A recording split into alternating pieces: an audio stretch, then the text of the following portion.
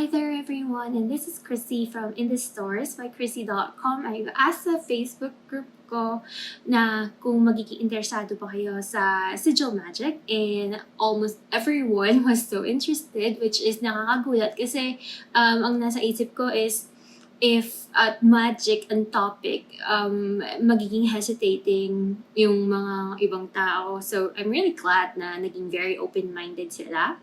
So, ayun, I'm going to be sharing you guys how I do my Sigil Magick. Madami pong mga tutorial about Sigil Magick. So, ang isi-share ko dito is yung my way and yung way na alam kong effective kasi yun yung nag-work sa akin. But then again, there are a lot of ways in doing Sigil Magick. But before we begin, I just want to give you guys an awareness that magic can be used in both positive and negative ways. Magic, crafting, spell works, lahat po yan may positive and negative thing. And it will be up to you whether ano yung beliefs mo doon. I do believe na ayoko magbigay ng own thoughts ko about, about other aspects of religion and all of that. So, alisin muna natin po yan and mag-focus na lang tayo sa manifestation. Basta positive and negative siya. And right now, it really depends on the intentions that we are going to be putting sa Sigil Magick natin. Kasi, ano ba ang Sigil Magick to begin with? Just a basic introduction. Sigil Magick is, you're making a symbol na nagde-define ng mga intentions and desires mo na gusto mo i-manifest into reality. So, yun yung pinaka-basic meaning talaga ng Sigil Magick. And, of course, depende na yun sa intention ng tao, di ba? But anyone can do this, and hindi po mathematical situation ng Sigil Magick. You need to put all of your intention and energy doon. So, dun, yun yung basis ng Sigil Magick. Now, there are a lot of tutorials na matuturo sa inyo ng numerology in relation to Sigil Magick, but in my personal case, that never really works to me. Siguro kasi hindi ako masyadong mathematical kind of a person. But the idea of Sigil Magick is kailangan mag-imprint yung image na makuha mo, magawa mo sa subconscious mo. And you should not entirely forget it after mo gumawa ng Sigil Magick. So, yun yung mga like precautions na or warnings, or not really warnings but reminders na gusto kong sabihin. Kasi yung mga most tutorial na makikita niyo sa YouTube nowadays is really more on telling you na pag gumawa ka ng Sigil Magick, you need to entirely forget it and move on with your life. That is actually true to a certain extent pag naaalala mo yung symbol. So, kailangan mo munang ma-imprint yung symbol sa utak mo, sa subconscious mo.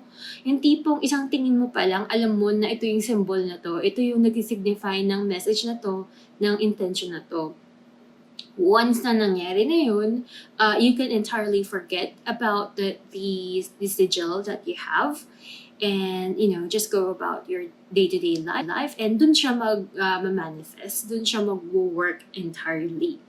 Now, this will take a bit of time. Hindi siya a one-way street, but it definitely works. Sigil Magick can be used in a way wherein you can do some form of manipulation, I would admit. You can do this for binding, for protection, for success, adventures, and all of that. And again, what I'm going to be doing is going to teach you my method lang.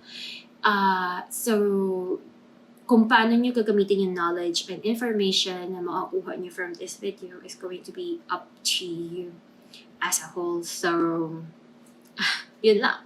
So, that's it for my introduction. So, i-show ko sa inyo yung notebook ko and all of that to get us to go through to the entire process. Okay, so hi guys, nandito na tayo sa mga notebook ko.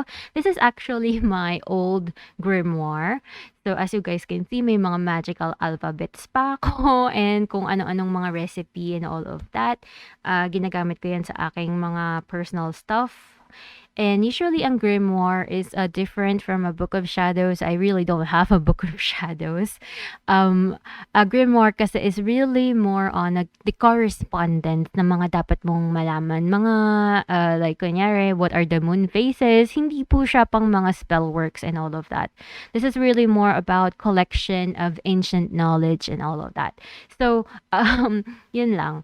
So, what I have here is yung mga magic squares. So, malaking part to ng sigils if gusto nyo siyang gamitin. Kasi dito tayo mag-base. Like I said earlier, ang essence ng sigil has a lot to do with numerology.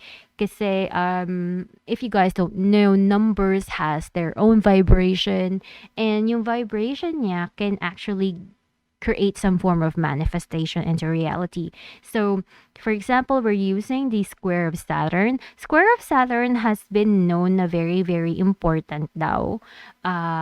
According sa mga Chinese teachings, ancient stuff, and Lushu thingy, yon. So, pag binilang mo po yan, in all aspects, whether vertical and horizontal, magiging 15 po ang calculation yan. So, parang nandun yung analogy na parang magical siya. Yun yung parang thought pattern doon. I really do not use magic squares very much kasi I just don't resonate with them. Pero nagwo-work po talaga 'to sa mga ibang tao. Like for example, maybe gusto mo ng abundance, riches and wealth or magfo-focus ka sa square ng Jupiter. You can actually find this on Pinterest or on the internet if gusto niyo gumamit ng mga magic squares. So, yan yun. And then, pag nag-start ka na sa Venus, Moon, Mercury, and Sun, mas dumadami na yung mga numero. So, let's go to the basics po. So, ang basic outlook ng Sigil Magic, just a reminder pala, sinishare ko sa inyo yung basic kung paano ginagawa yung Sigil Magic. Hindi pa tayo nagsimula dun sa way ko of Sigil Magic. So, gusto ko lang kayo bigyan ng basic idea na ito yung usual way na ginagawa ng mga tao. And pag nanood kayo, nag-search kayo ng Sigil Magic online, sa YouTube, ito po yung ipapakita nila sa inyo. This is going to be very fixed. Like, kunyari, hindi to magbabago. Ito yung Western numerology system. So, every time na may A, J, and S, it's always going to be 1. So, yun yung parang blueprint niya as a whole. So, magbibilang ka lang ng A to Z, tas ina-number mo lang siya ng 1 to 9. And then, as for Sigil Magic, pag may gusto kang i-manifest, for example, love, this is a very generic one ha.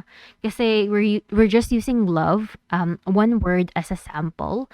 And then, i-define mo lang yung numbers niya. So, letter L is number 3. Nandito yung L.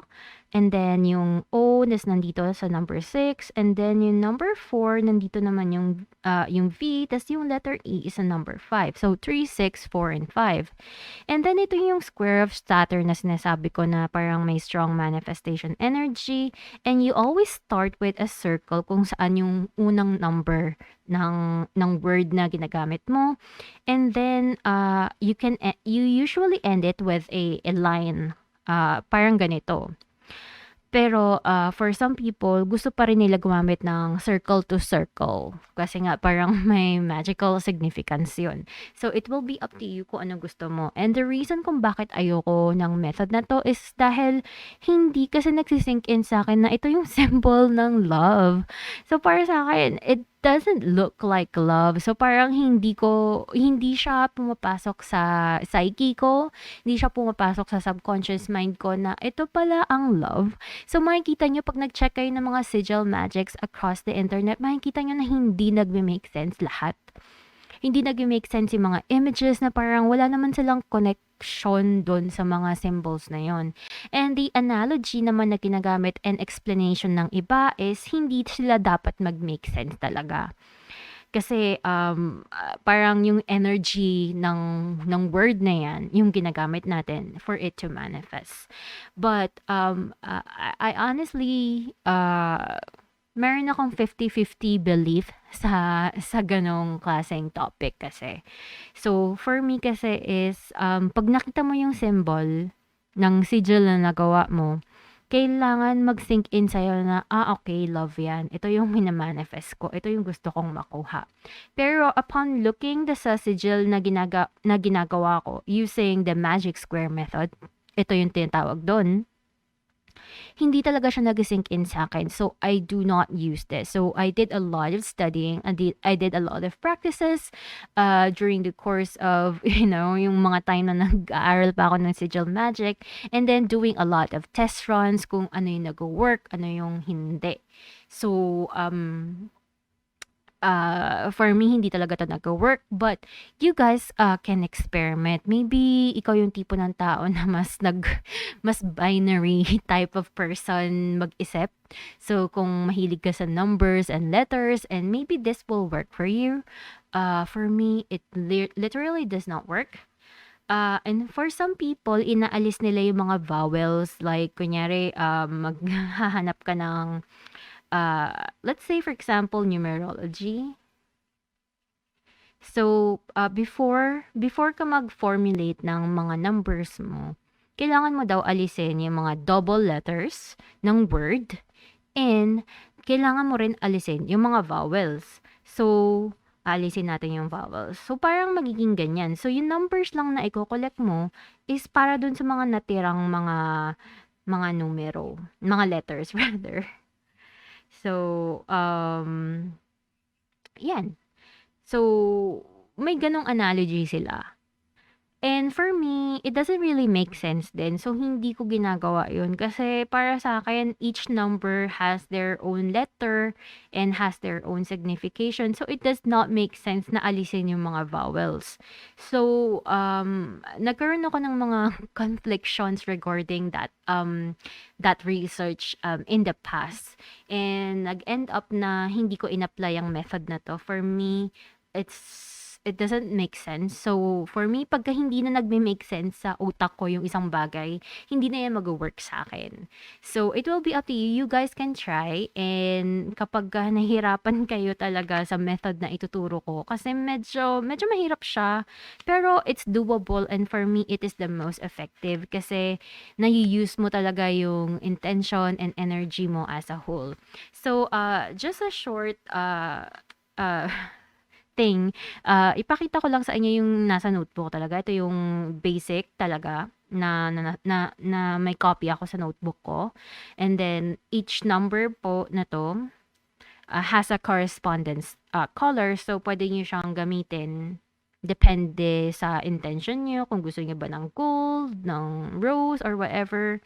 It really depends. And then, ayun, from 1 to 9, nandyan yung mga letters na. And then, may mga cases kasi na paggagamit ka ng mga magic squares, makikita mo na parang, sa magic squares kasi may mga numero na maabot ng 64, and then, syempre, wala namang 64 dito, 'di ba? So, ang gagawin nyo lang is i-add up nyo lang yan. So, magiging 10, and then cancel 0, magiging 1 yung numero. So, ganun lang yung mga nangyari dito.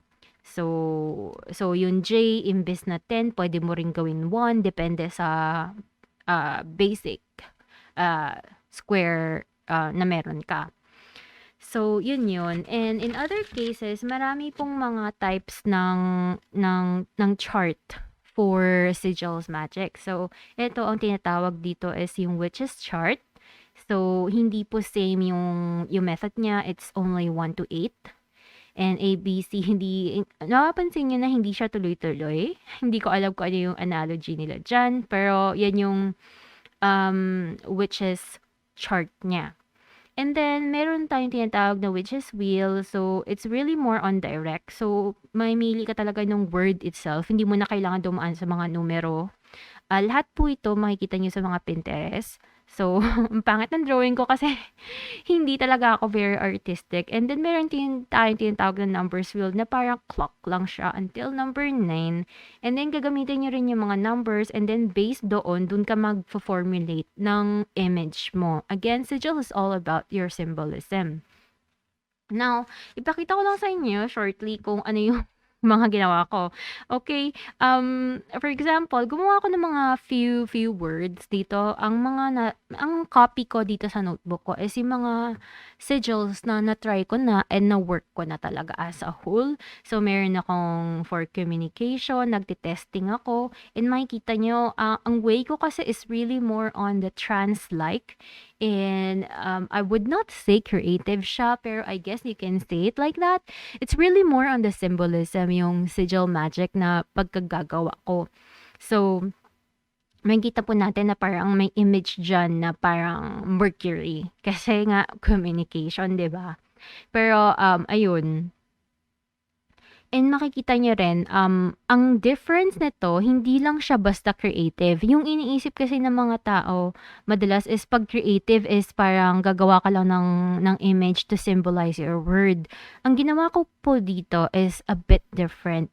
Oo, ginamit ko yung mga symbolism na magde-define ng word na to, pero at the same time, gumawa ako ng way para makuha ko lahat ng words na yan through that image itself. So, as you guys can see, ganito yung itsura niya. Hindi siya ito.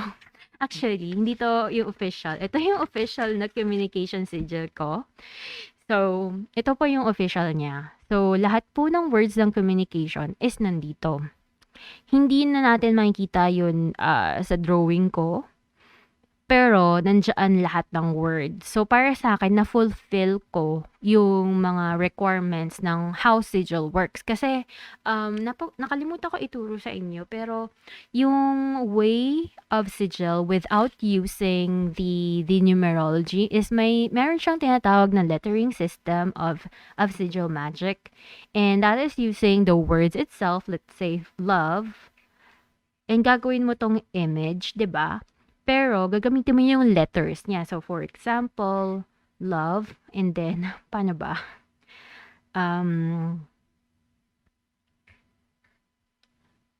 Hindi natin kailangan isunod-sunod.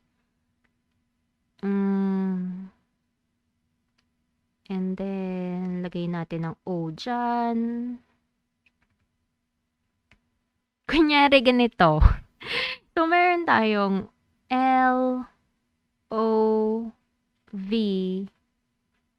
and E. So, nandoon lahat ng words sa image na yan. Nasulat mo lahat ng words, tapos nakagawa ka ng image na usually hindi mo naman iisipin na love pala yung ibig sabihin niyan. So, yan yung parang entire foundation ng Sigil Magick. And then, yung numerology is yung number 2 na nag-apply dyan sa system na to. Pero ang ginagamit ko talaga is this method. Pero at the same time, I'm not using just the letters alone. Ginagamit ko yung power ng symbolism. Kasi for me, malaking link ito sa psyche natin, sa subconscious mind natin. So for example, 'di ba, pag may nakita kang mga kunyari yan, symbol ng music ba to? Or something. May isip mo 'di ba na parang konektado siya sa musical notes. So parang automatic, hindi mo na kailangang isipin kahit na hindi mo alam yung word itself, alam mo na parang konektado siya doon. And then, pagka naman na nagsulat tayo na pag nag-drawing ka ng pintuan, alam mo na pintuan agad kahit na hindi mo pa iniisip. So parang doon natin nakukuha yung idea na alam mo yun, based sa symbol niya, may makukuha tayong mga information from that. So, yan yun. I mean, you can use this kung gusto nyo. Pero, for me, you have to do it by yourself. Though anyone can use this naman because yung mga ganito minsan ginagamit ko siya sa mga clients ko. Pag nagpapagawa sila ng mga sigils and mojo bags, ginagamit ko yung mga yan. It's just that nagiging mas personalized lang. For example, this communication sigil. Hold on. Palitan natin to. mga sketch papers ko sila. So, communication sigil. So, kunyari, gusto natin ng communication between girl A and girl B. Maybe there's a lack of communication. So, ito-draw lang natin siya ulit. And then, hindi ko nagagandahan. Hindi naman talaga ako very artistic person to begin with. And then,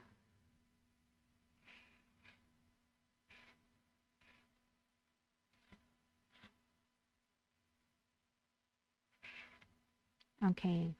So, yan yung communication. So, paano mo siya pwedeng gawing more, I would say, personalize for your situation. So, pwede mo ilagay kunyari yung zodiac sign mo. So, kunyari, ano ba? Kunyari Aries yung tao and sabihin natin Scorpio. So, pwede mo siyang gawing ganyan. Pwede mo rin ilagay yung initials niya, letter A or letter B. Or pwede mo rin bigyan ng analogy na, sino ba tong tao na to? Si Boy. Si Boy. Sabihin natin ganyan yung name niya. And then dito, minsan ang nilalagay ko dito is sino ba yung dapat niyang isipin para kontakin niya? Si girl. So you can actually personalize your sigil. Pag gumagawa ako ng official sigil, medyo ganito yung process ko. So, yung nakikita niyo sa mga notebook ko is yung parang plain old communication lang. Hindi pa siya nagkakaroon ng tone kung anong communication, sino magko-communicate. So, ganun yun. So, I also have here protection from COVID. Ito, talagang proven and tested na to. Na ginagamit ko talaga to officially sa mojos ko. Kaya nakalagay dyan, no, proven safe and effective kasi may mga clients na talaga ako na naging successful dyan. They were not harmed by it, and in fact, naka-survive sila. And a lot of my group members sa Facebook, alam yung story na yan. So, I also have love. Ito yung version ko of love. So, as you guys can see, may puso talaga siya and all of that. So, yan yung version ko of love. And meron dyan yung letter L, as in nakikita niyo yung letter L dyan. And then, meron din dyan V. And then, meron din dyan letter E. So, nandyan yung lahat ng letter of the word love. And nagdagdag ako ng Mars and Venus energy dyan. Because, syempre, madalas naman kasi, 'di ba? It's all about a male and female kind of love. But, in case na magwo-work on ako ng sigil na to for another gender, ilalagay ko rin doon. So, I can actually personalize that as well.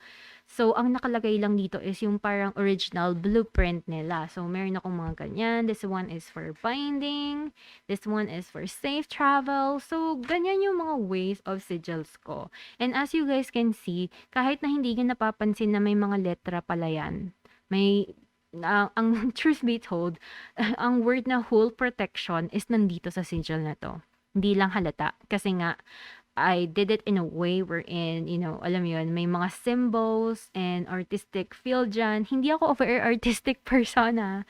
So, I mean, feeling ko, yung mga taong gagawa ng sigils upon the application of ng ituturo ko, mas makakagawa kayo ng way to make it more artistic and magical for you. So, I would say na personally, dapat gamitin niyo siya by working on your own kaysa sa mag-Google. Kasi mas mag-work kasi you're putting your energy and your effort into this. So, parang mas ma-effect talaga siya. And makapansin niyo, the more time that you're actually using and actually working on your image, kailangan ma-satisfy ka. Kailangan pag nakita mo yung picture na yan, okay, you're satisfied na communication ang meaning nito. So dapat ganoon.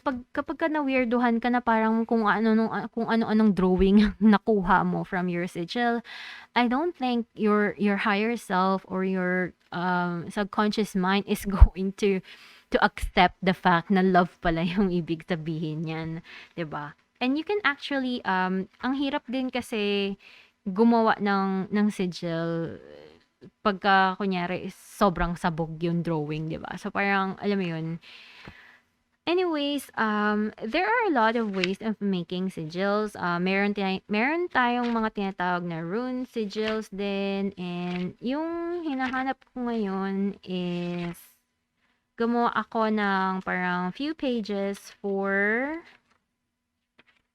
Okay, I cannot find them. Kasi, gumawa ako ng few pages para i-show sa inyo yung mga meanings ng symbols na pwede nyo gamitin to draw. I've learned this sa isang old book which I forgot na. I think it's called Sigil Witchery. I forgot. So ito, makikita nyo may nakalagay dyan na hexagon. Every time na gumagamit ka ng hexagon, ano ba yung naaalala mo? It is with the number 6. And number 6, what does it mean? So, it's all about to store an item, to hold something. It's all about unity and all of that. Pag ang symbol naman ng star, it makes you hope in something, di ba? Parang inspirational siya. Pwede natin gamitin for celestial things. So, each drawing po ay may mga meaning. Meron tayong pentacle and pentagram. And, yan. May septagram din tayo. Ito yung ginagamit ko. Meron ako nito sa COVID protection ko. And, it has an energy of warding off evil. So, yun, di ba? And then, kaya parang... I don't know if you guys have heard about this. May mga sinasabi yung mga tao na yung mga words na ginagamit natin, lalo na if you use it with your hands, has a lot more power kaysa sa nagtatype ka sa computer. Yun po yung reason pagka may mga magical workings or sa mga law of attraction, yung mga taong nagsusulat talaga by hand sa scripting method, sila talaga yung mga nakakakuha ng best results. Hindi ko to na-share, siguro ilang tao lang nakakaalam. Pero I did a scripting method before pa siya sumikat. And I think Angel would know that. Alam ko na siya even before pa kasi this is a practice of the magic. Diyan tawag nilang scripting method, pero it's actually part of the secret third book, which is the magic by Rhonda Rhimes. Kasama to sa workbook niya. So, mapapansin niya pag binasa niya yung libro na yun yung buong secret ng scripting method. And, na-manifest ko na yung ilang bagay through that as well. It's just that minsan kasi mabilis ako ma-bored because I do have Saturn conjunct Uranus and Sagittarius. So, sometimes using sigils is something that I really, really like. But kung hindi ka naman bored or anything, I would say na mag-pursue ka na lang ng scripting method. It actually works din naman. So, ayun, makikita natin na every symbol has their power, has their meaning. So, ano ba 'to yung asterisk? Pag nakakakita ka ng asterisk, ano ba talaga yan? Minsan ginagamit yan ng mga tao, lalo na sa mga arts and design, to sparkle something. Alam mo yung ginagawa nilang design to sparkles. And then, pag naglalagay ka ng mga password sa internet, di ba, puro asterisk din. So, parang may signification yun. Ang nakalagay dito, parang burst of energy, sparkles, attentions to details, and privacy, hidden things that needs to be discovered. Kasi, di ba, pag minsan gusto mo i-show password, 'di ba? May mga ganong energy. And then signification of love is heart. So bakit sinasabi nila na sad ang ibig sabihin nito? Kasi first of all, baliktad siya from the usual heart, tapos hindi pa siya nagko-connect. So parang alam mo yan, it feels incomplete. So parang may energy na ganyan na ang dating. Actually ito, sinasabi nila na parang developing relationship, but in my psyche, in my subconscious mind, every time nakikita ko to, feeling ko parang ang sad pa rin. So, hindi ko pa rin siya ginagamit. So, it really is going to depend kung ano yung belief ng subconscious mind mo, kung ano yung sa sarili mo. Kasi each of us naman will, para tayong merong answer sa sariling mga drawing. So, binibigyan ko lang kayo ng mga sample ng normal meaning of this of the normal ways of doing the symbolism. Like, kunyari, pag egg, di ba? It's like a seed. New beginning. Pag zigzag naman, parang, alam mo yun, may rugged na situation. So, usually, it's related to opposition, and then triangles, and then coffin. So, each of that is, meron siyang mga signification. Sobrang dami, actually. Meron tayo eto yung mga madalas kong ginagamit is yung moon. May mga crescent, waxing, waning, collection, and then death or guarding and all of that. Spirals create some form of energy into things. And then yung eyes naman is for warding off. Infinity is all about continuous cycle. So, madalas naman yung mga to is something na alam na natin pero hindi natin pinapansin. Akala natin parang wala lang. So, dun po nagagaling. So, you will be using yung mga symbolism na alam niyo na na-register na ng utak ninyo to make your own sigil. So, again, iulitin ko lang. So, for example, let us say na ang hirap mag-isip kasi feeling ko hindi ako makakagawa ng maayos na sigil na bago. So, for example, you'll tell yourself that, ano ba? Ano ba magandang sample? Kasi ideal kasi na gumawa ka ng own sentence mo for manifestation. So,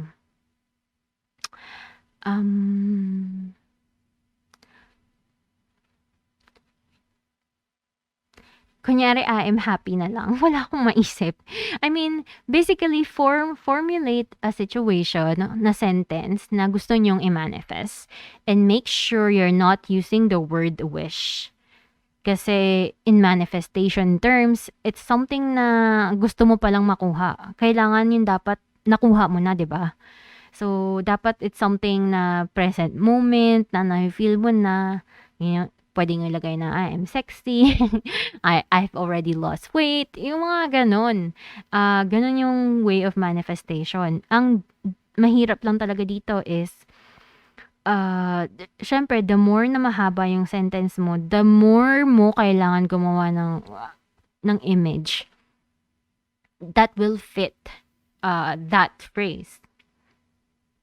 Pero yung maganda naman dyan is dahil may mga doble na tayong mga letra, isa lang yung kailangan natin, yung, you know.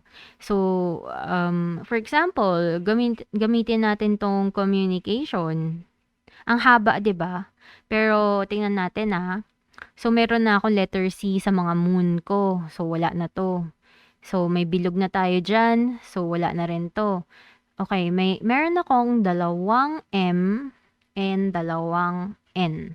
So dahil meron na akong M dito, cancel out na agad to. Is yung N nandyan na din yun, di ba? So, cancel out na din yung N. Meron na tayong O. Meron na tayong I dito. Tapos, meron din tayong T. So, halos lahat. And then, yung pag ganyan, parang A na siya, di ba? So, nagka-cancel out na lahat. Basta kailangan nyo lang i-fulfill yung buong letters. So, kailangan lang natin na makuha lahat yun. So, hindi naman natin kailangan i-repeat na kunyari, dalawa yung C, kailangan maging dalawa rin yung C mo. Nilagay ko lang dito yung moon just for the sake of aesthetics in most cases. So, dahil yun yung, para sa akin kasi, parang, alam mo yun, since we're talking about communication, para tong phone phone ng guy, phone ng girl. And then, ito yung sa utak niya. And then, ito yung, parang collection na ma-receive niya. And then, may 3 dot dyan, which minsan tinatanggal ko. Pero 3 dot kasi parang antenna, parang radar siya, 'di ba? And then, 3 is a symbol of growth. So, kaya ganun yung, alam mo yun, each drawing ng symbol ng sigil mo needs to have a meaning and reason bakit ganyan siya. And kailangan na-fulfill din niya yung buong word. So, ganun ako gumawa ng aking sigil. So, for example, ito, A, kailangan natin ng I, kailangan natin ng A, kailangan natin ng M, kailangan din natin ng H, and then isang P, and then Y. So, ito dapat yung mga letters na na ifo-form mo into a sigil. Medyo mahirap. Kasi, like for me, 'pag gumagawa ako ng sigil, kunyari may na-drawing na ako, usually pinapalitan ko.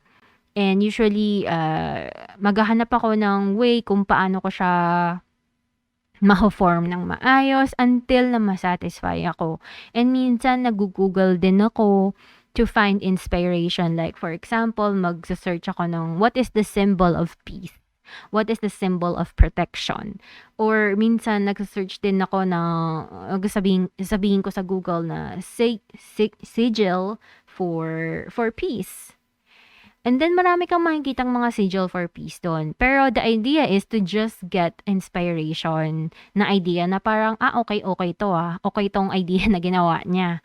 And then you're not exactly going to copy it, pero, makakakuha ka ng idea kung paano mo gagawin yung sa'yo.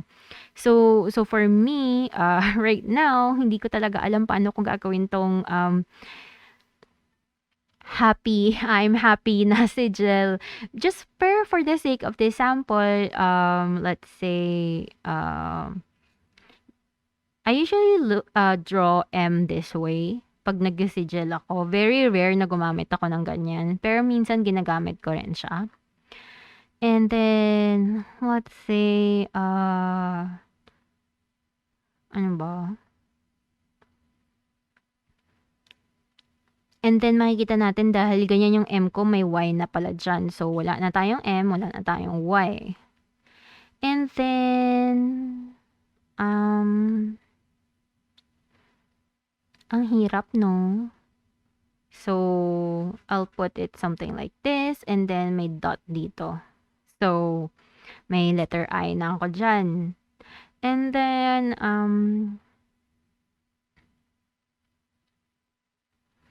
so, let's, for example, ano ba?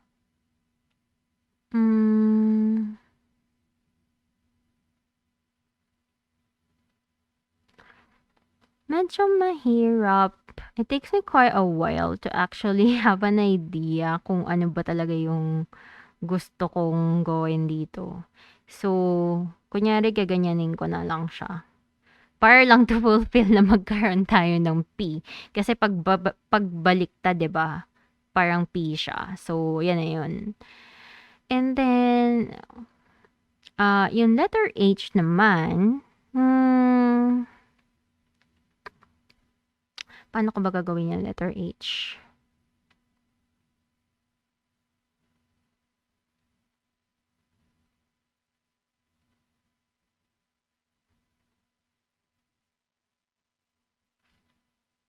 Kunyari ganyan.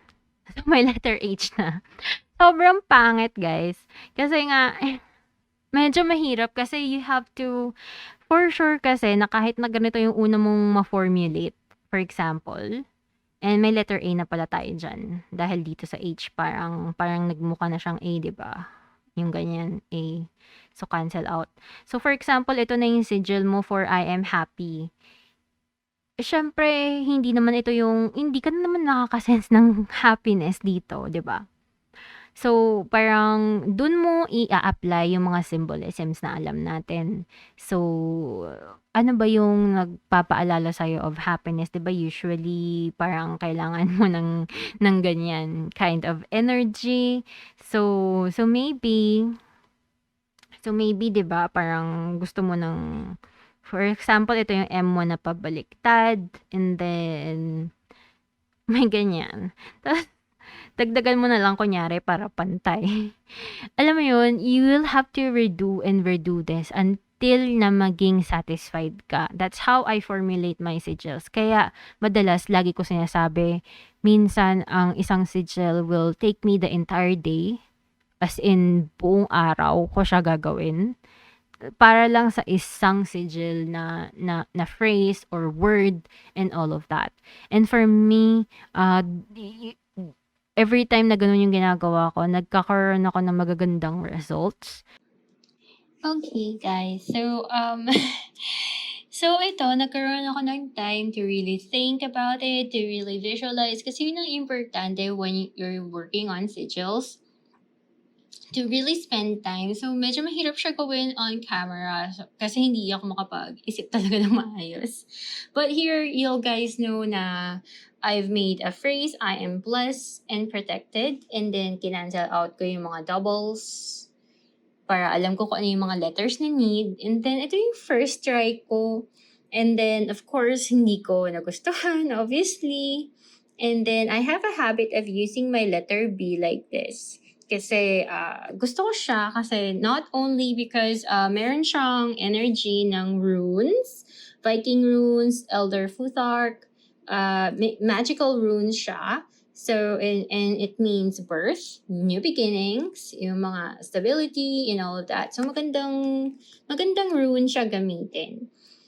And this one is actually suelo. It means sun. So, feeling ko maganda rin siya for blessing and protection. Kaya ako siya ginamit. And it can signify the letter S. But eventually, dito ako nagsettle with I am protected and blessed. Over here, i-try natin i-label or what. Ito. So, first of all, nag-focus muna ako dito sa letter M. And then, kinover ko siya na parang umbrella sa letter D para ma-fulfill yung letter. And then, letter I ako, and then letter T. And then, may infinity symbol ako. And at the same time, it will fulfill the letter S na rin. And infinity symbol kasi parang continuous to be protected, continuous to be blessed, diba? Tapos, yung dalawang moon dyan, crescent can create some form of balance, which na-mention ko na kanina sa symbolism area ng video. And then, may bilog tayo dyan to fulfill yung bilog ng protection, di ba? And then, may cross sa gitna to symbolize spirit kasi we're protecting yung person, di ba? And andun yung analogy na someone is actually protected, di ba? Nasa loob talaga siya. And ang dami niyang mga forces that is protecting him. And then yung foundation niya is very stable, hindi malalaglag, hindi mahuhulog. And then I've used some form of circles and dots. So ilan ba yan? 1, 2, 3, 4, 5, and 6 nandito sa magkabilang dulo. So the number 6 has a lot to do with unity, balance, harmony. So it gives a feeling na alam mo yun, it's all about a really positive energy. Walang area ng drawing na to that can create some form of negativity in it. So I really think that this one is really a good one. Also, meron din tayong parang letter V dito, which is actually pretty nice kasi V means victory. Pwede nyo rin siyang kulayan yung dalawang area to emphasize the letter V, which I might do. Hindi ko pa alam kung paano ko siya gagawin. But, yun yung analogy nitong Sigil Magick. So, pinakita ko lang sa inyo just so that you guys will have a sample about pagka isang buong phrase na. Kasi yung mga nasa notebook ko is just a single word. Okay, so yun yung mga ways ko of Sigil Magick. Now, itong mga huling sasabihin ko is yung pinaka-importanting part. This is all about charging, activating, and destroying.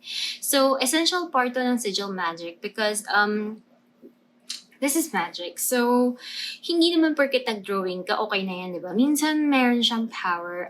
I don't know if you guys have any idea, pero minsan, pagka yung certain person is very highly spiritual and meron talaga siyang essence of power and magic within them, especially kung yung mga witches, mga born witches talaga, may mga generations and family of witches, whether you believe it or not, totoo to, may mga ganun talaga. And minsan, pagka galit na galit sila, just by scribbling, it can actually create some form of effect dun sa taong kinagagalitan nila. So, that thing happens. So, in a way, parang Sigil Magick yung effect niya.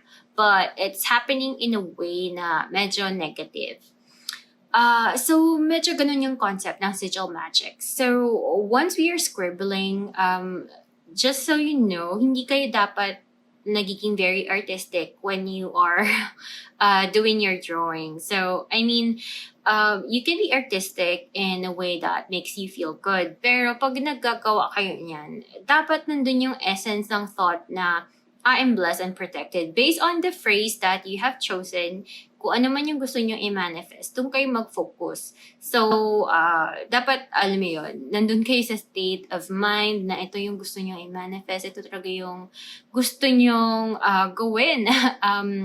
Kailangan ito yung maging reality niya. So, hindi kayo dapat masyado nagpo-focus sa aesthetics na, ay, parang mas maganda to, mas maganda yung mga swirls na yan. So, every intention and every galaw nyo sa drawing nyo has to be focused dun sa gusto nyong i-manifest. So, very important yan. The way of charging and activating it, pwede nyo naman patungan lang ng mga crystals or whatever. Yun yung mga basic idea. Pwede nyo ring dasalan siya, bigyan lang ng energy. Just by rubbing the hands, diba? Parang may mga energies tayong pwedeng ma-contract dyan.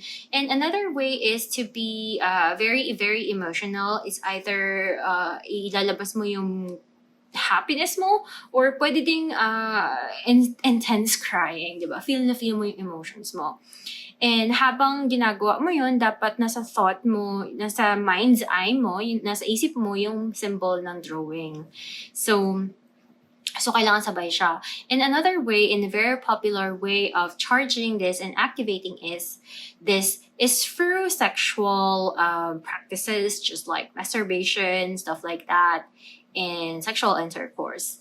And the thought here is habang nagka-climax yung tao, dapat isipin nila yung symbol na yun sa kung ano yung gusto nilang i-manifest. So the idea here is because during nasa state ka ng climax, dun mas relax yung utak mo, yung consciousness mo, walang masyadong distraction. So mas concentrated yung energy, mas na-activate yung ganon.